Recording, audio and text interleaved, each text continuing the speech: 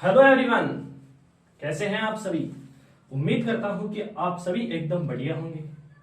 मैं हितेश शर्मा स्वागत करता हूं आपके अपने ब्यूटीफुल से चैनल एलएचएस फिजिक्स पॉइंट में। आज हम बीएससी पार्ट फर्स्ट की फिजिक्स की एक नई और धमाकेदार शुरुआत करने जा रहे हैं। यह शुरुआत बिल्कुल शून्य से होगी, यानी कि जहां पर आपने 12th क्लास का एंड किया है वहीं से हम स्टार्ट करेंगे और बीएससी फर्स्ट ईयर के एंड तक लेकर जाएंगे। ठीक है, उम्मीद करता हूं कि आप सभी इस धमाकेदार शुरुआत के लिए तैयार होंगे। इस शुरुआत में हम जानेंगे कि बीएससी फर्स्ट ईयर में किस प्रकार से फिजिक्स के को डिवाइड किया गया है, कितने बुक्स में डिवाइड किया गया है, इसके सिलेबस की चर्चा करेंगे। तो इसकी शुरुआत करने से पहले हम इसका संपूर्ण सिलेबस जानेंगे और इसको समझेंगे कि किस प्रकार से फिजिक्स को बीएससी फर्स्ट ईयर में बांटा गया है। तो मैं उम्मीद करता हूं कि आप सभी इस धमाकेदार शुरुआत के लिए तैयार होंगे। कॉपी पेन निकाल लीजिए, नोट्स बनाना स्टार्ट करें। लेकिन मेरा आपसे एक निवेदन है कि आप अपने नोट्स स्वयं बनाएं, यानी हैंड रिटन नोट्स होने चाहिए, क्योंकि आप जब अपने हाथों से नोट्स बनाएंगे तो आपको याद रहेगा। ठीक है, हालांकि हर लेक्चर के आपको पीडीएफ नोट्स डिस्क्रिप्शन में मिल जाएंगे, वहां से आप डाउनलोड कर सकते हैं। तो कॉपी पेन निकाल लीजिए, अपन शुरू करते हैं एक धमाकेदार शुरुआत के साथ। इससे पहले हम बीएससी फर्स्ट ईयर की फिजिक्स का संपूर्ण सिलेबस की जानकारी लेते हैं और किस प्रकार से कितने पेपर होते हैं, कितने कितने मार्क्स के होते हैं। ठीक है, आ जाइए।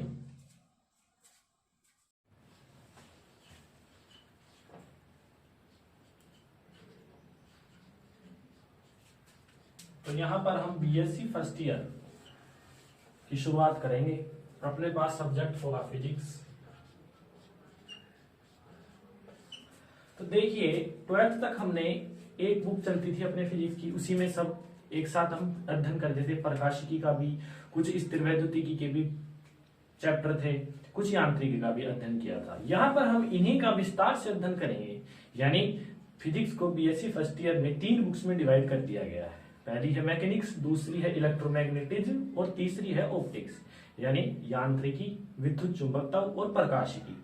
तो देखते हैं, पहली जो बुक है अपने पास फिजिक्स में वो है यांत्रिकी,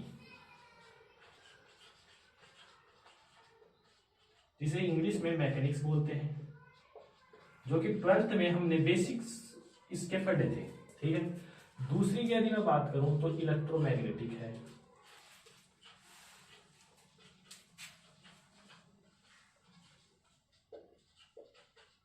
इसको हिंदी में बोलते हैं विद्युत चुंबकत्व।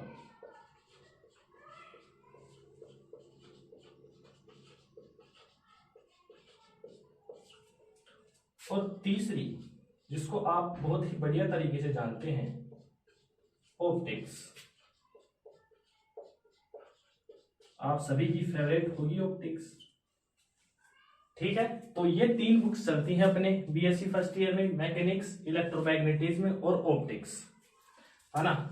तो अब हम आगे चलते हैं। आगे यदि मैं इनके मार्क्स की बात करूं कि एग्जाम में ये तीनों पेपर, जो तीनों बुक्स हैं उनके तीनों पेपर अलग अलग रखेंगे। ठीक है, पहला जो पेपर लगेगा अपना वो है मैकेनिक्स का।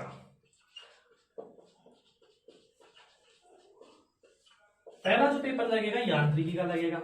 अब यांत्रिकी का जो पेपर लगेगा वो कितने नंबर का होगा। ठीक है, तो यांत्रिकी का जो पेपर होगा वो होगा अपने पास 33 मार्क्स का। ठीक है, यांत्रिकी की बुक के अंदर हम 4 यूनिट पढ़ेंगे। कितने यूनिट पढ़ेंगे? 4 यूनिट। यूनिट का मतलब होता है कि पहले हम सिंगल चैप्टर पढ़ते थे, चैप्टर 1, चैप्टर 2, चैप्टर 3, लेकिन यहां पर क्या होगा कि हर यूनिट के अंदर अपने को 2 या 2 से अधिक चैप्टर मिलेंगे। जैसे यांत्रिकी की मैं बात करूं तो अपने पास 4 यूनिट है। पहली यूनिट में 3 चैप्टर होंगे, दूसरी यूनिट में भी 3 होंगे और तीसरी चौथी में 2-2 होंगे, मतलब टोटल चैप्टर 10 होंगे। ठीक है, तो उनका हम बहुत ही बढ़िया तरीके से अध्ययन करेंगे। तो ये समझ में आ गया होगा आपको कि यांत्रिकी के जो एग्जाम में जो मार्क्स होंगे वो 33 नंबर के होंगे, 4 यूनिट होंगी, 4 यूनिट में अपने पास 10 चैप्टर होंगे। ठीक है, तो इन 10 चैप्टर का हम बढ़िया तरीके से अध्ययन करने वाले हैं। इसी तरह से हम यदि बात करें विद्युत चुंबकत्व की,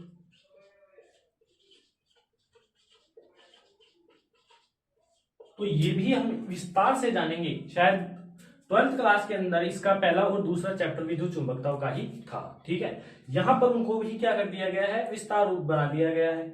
विद्युत चुंबकत्व में यदि मैं यूनिट्स की बात करूं तो ये भी यूनिट 4 ही होंगी। यदि एग्जाम में मार्क्स की बात की जाए तो मार्क्स भी इसके कितने होंगे, 33 नंबर के इसके मार्क्स होंगे, मतलब ये भी पेपर 33 नंबर का होगा। ठीक है, इसके बाद यदि मैं बात करूं तो यूनिट नंबर जो यूनिट्स 4 है इसमें भी लगभग 8 या 9 चैप्टर के अपने पास होंगे। ठीक है, तो इसका भी विद्युत चुंबकत्व का भी हम विस्तार से अध्ययन करेंगे। और तीसरी जो है अपने पास वो है प्रकाशिकी। प्रकाशिकी का जो मार्क्स होंगे वो होंगे 34, 33 प्लस 34, 100 नंबर के टोटल मार्क्स का एक पेपर होगा। ठीक है, प्रकाशिकी के भी अंदर यूनिट्स जो नंबर होंगे वो होंगे 4, यानी कितनी यूनिट होंगी, 4 यूनिट होंगी। 4 यूनिट में अंदर लगभग 8 या 9 चैप्टर अपन अध्ययन करेंगे। कोई टेंशन लेने वाली बात नहीं है। यदि किसी की 12th कमजोर रह गई तो हम बिल्कुल 12th से ही उठाकर ले जाएंगे और फर्स्ट ईयर तक लाएंगे। ठीक है, तो इसमें कोई टेंशन लेने वाली बात नहीं है, आराम से पढ़ेंगे, मजा आएगा बिल्कुल, वीडियो के एंड तक बने रहे बस। तो ये इस प्रकार से डिवाइड किया गया है। तो हम यदि इनको जोड़ेंगे तो टोटल मार्क्स होंगे अपने पास 100, और ये जो 100 मार्क्स होंगे वो होंगे थ्योरी के। ठीक है, टोटल जो फिजिक्स का होगा वो होगा 150। अब 50 नंबर किसके आ गए, 50 नंबर लगेगा आपका प्रैक्टिकल।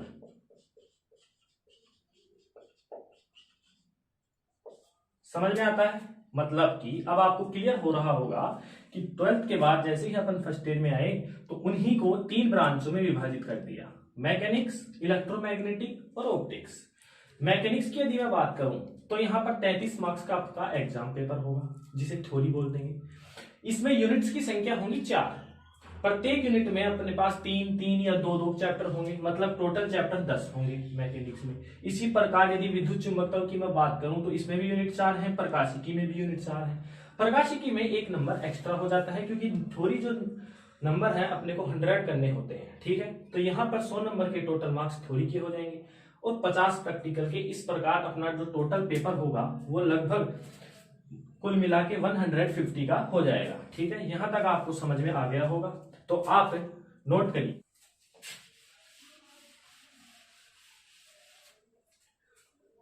तो ये आपको समझ में आ गया होगा, इस प्रकार से हम इसका पूरा फिजिक्स का अध्ययन करेंगे।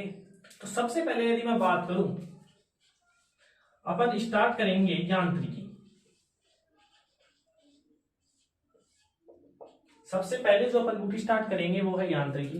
किसी के 12th या 11th में जो मैकेनिक्स के चैप्टर हैं वो वीक है तो बिल्कुल भी ना घबराएं, कोई भी चीज आपको रटनी नहीं है, बिल्कुल अपन 0 से चलेंगे, बिल्कुल बढ़िया पढ़ाएंगे। ठीक है, तो ये यांत्रिकी स्टार्ट करेंगे। तो यांत्रिकी के अंदर आपको मैंने बता दिया चैप्टर्स टोटल होंगे 10, चैप्टर्स टोटल होंगे 10, यूनिट्स होंगी 4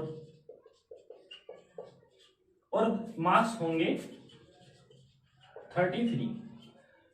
तो ये डायग्राम अपने को याद रखना है, इस प्रकार से हमें चलना है। ठीक है, तो शुरुआत करते हैं हम यांत्रिकी के बुक की। ठीक है,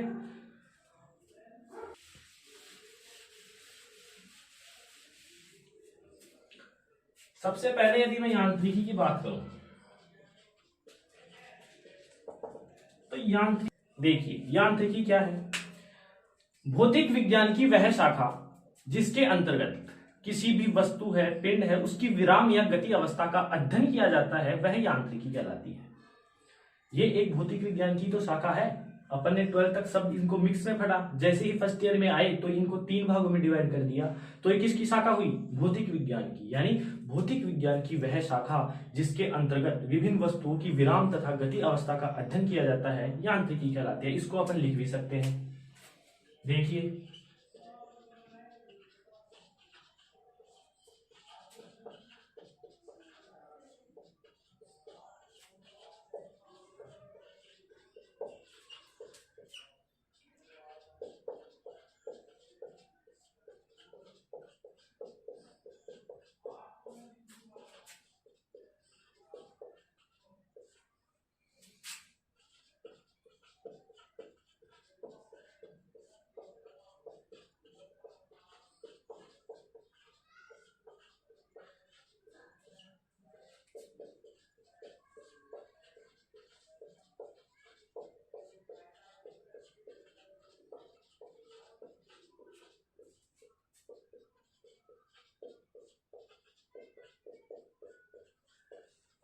ठीक है।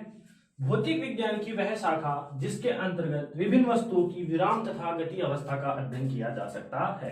यह परिभाषा बिल्कुल समझ में आ गई होगी। यदि समझ में नहीं आती है तो समझिए अब इसको। देखो, हमने यांत्रिक ऊर्जा पढ़ी है। यांत्रिक ऊर्जा किस किस से मिलकर बनी होती है? स्थितिज ऊर्जा और गतिज ऊर्जा। अब आप बताएंगे कि स्थितिज ऊर्जा में किसका अध्ययन किया जाता है? वस्तु की पोजीशन का, कि वस्तु विराम अवस्था में है या गतिशील है।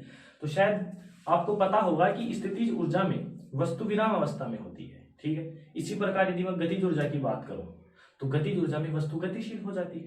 गति के कारण निहित ऊर्जा क्या हो जाएगी? गतिज ऊर्जा।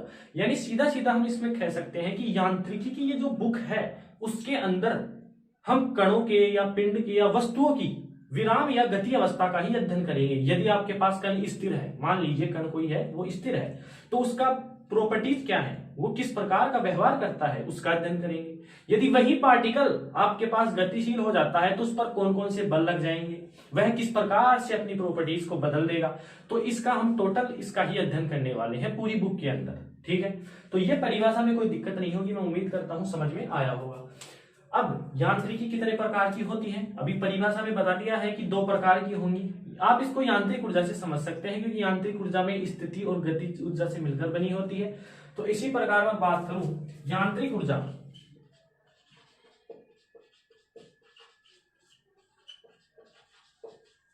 यांत्रिक ऊर्जा 2 प्रकार की होती है।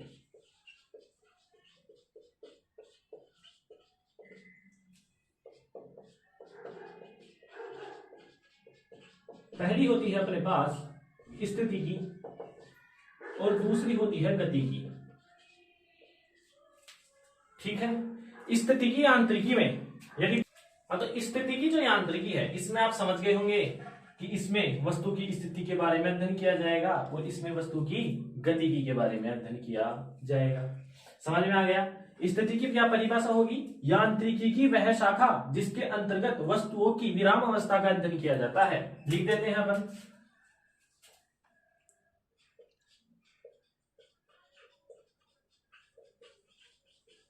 स्थिति की यांत्रिकी। स्थिति की यांत्रिकी में क्या होगा? यांत्रिकी की वह शाखा जिसके अंतर्गत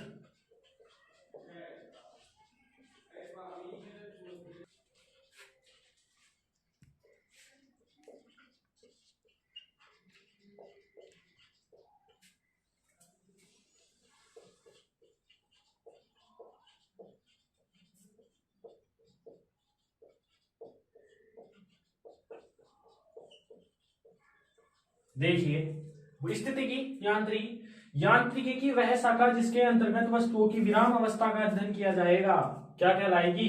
स्थिति की यांत्रिकी। बिल्कुल इजी तरीके से है। आप इसको बेटर है कि आप यांत्रिक ऊर्जा से समझिए। यांत्रिक ऊर्जा में क्या होगा? 2 प्रकार की ऊर्जाएं होती हैं, स्थिति की और गति की। स्थिति जो ऊर्जा है उसके अंदर हम जानते हैं कि वस्तुओं की विराम अवस्था का अध्ययन किया जाता है और जो गतिज ऊर्जा उसमें गति अवस्था का अध्ययन किया जाता है। तो यहां तक आप नोट करिए। चलिए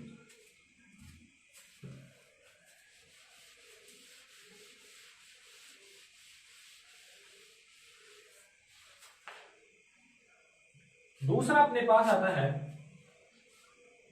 गति की यांत्रिकी।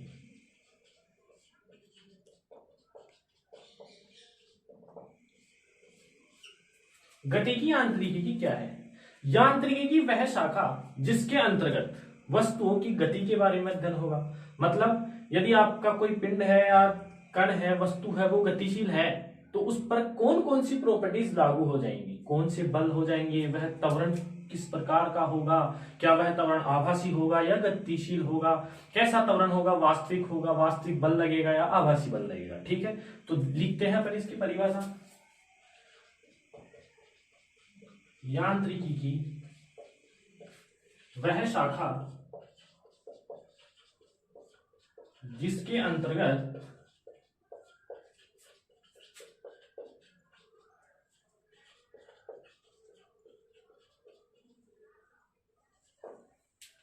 वस्तुओं की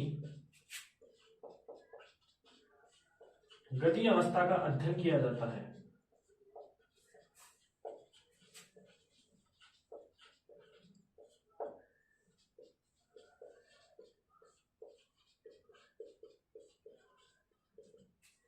ठीक है, समझ में आ गया होगा। यांत्रिकी की वह शाखा जिसके अंतर्गत वस्तुओं की गति अवस्था का अध्ययन किया जाता है क्या कहलाती है? गतिकी यांत्रिकी की। अब इसका बेसिक्स है ये तो अपन समझते हैं। यांत्रिकी जो गतिकी यांत्रिकी है इसके भी अपन दो पार्ट हो जाते हैं, यह भी 2 पार्ट्स में डिवाइड हो जाता है। कौन कौन से हैं? पहला पार्ट है इसका शुद्ध गतिकी और दूसरा पार्ट है इसका बल गतिकी।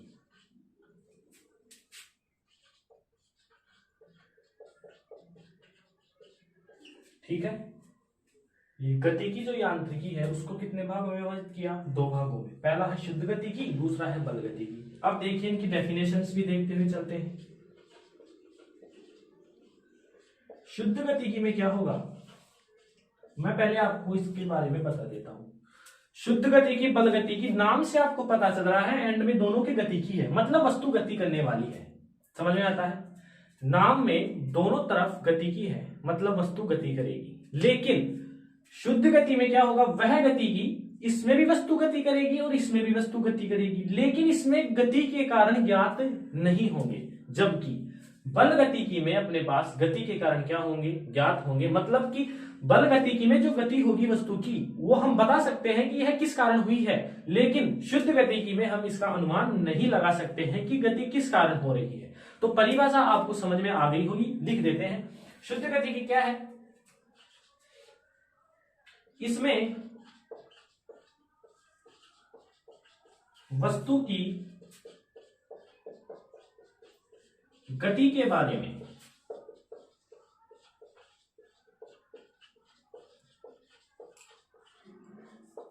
अध्ययन किया जाता है। ठीक है, तथा गति के कारण ज्ञात नहीं होते हैं। मतलब कि क्या है कि वस्तु गति करेगी, लेकिन उसके पीछे क्या रीजन है गति करने के वो अपने को पता नहीं होंगे। इसके जस्ट उल्टा है बल गतिकी। बल गतिकी में भी वस्तु गति करेगी, लेकिन गति के कारण अपने पास ज्ञात होंगे, रीजन्स पता होंगे कि यह किस कारण लग रही है। ठीक है, तो ये नोट करें इतना। चलिए, उम्मीद करता हूं कि आप सभी को समझ में आ रहा होगा।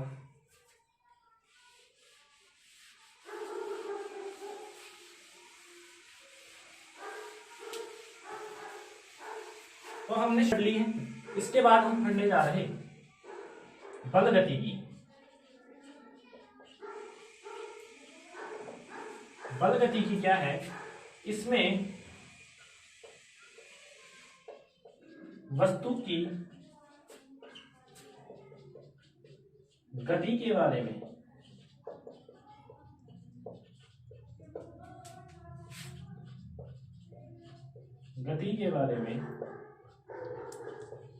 अध्ययन किया जाता है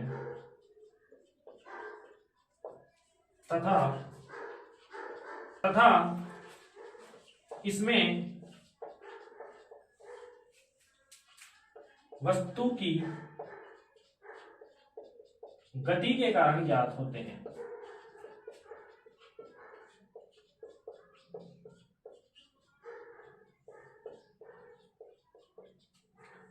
तो इसमें वस्तु की गति के बारे में अध्ययन किया जाता है तथा इसमें जो वस्तु गति कर रही है उसके रीजन अपने को पता होंगे।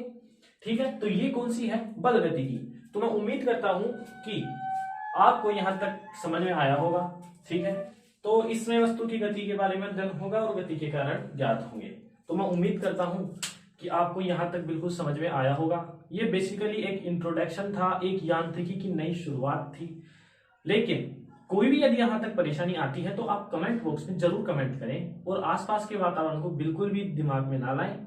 यह आपसे से मेरी रिक्वेस्ट है और वीडियो को फोकस करें। ठीक है, यहां तक जितना पढ़ा है उसको समझें। तो उम्मीद करता हूं कि आप सभी को ये बिल्कुल समझ में आया होगा। लेकिन कल जो अपने पास इंपॉर्टेंट टॉपिक चलेगा वो है निर्देश तंत्र।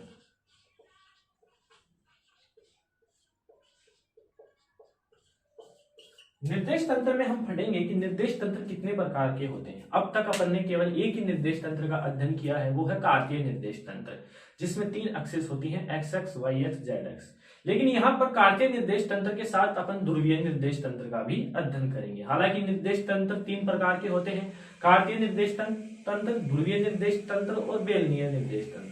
बेलनीय निर्देश तंत्र का अध्ययन हम फाइनल की क्लास में करेंगे, लेकिन यहाँ पर अपने पास फर्स्ट ईयर में 2 निर्देश तंत्र हैं, कार्तीय निर्देश तंत्र और ध्रुवीय निर्देश तंत्र।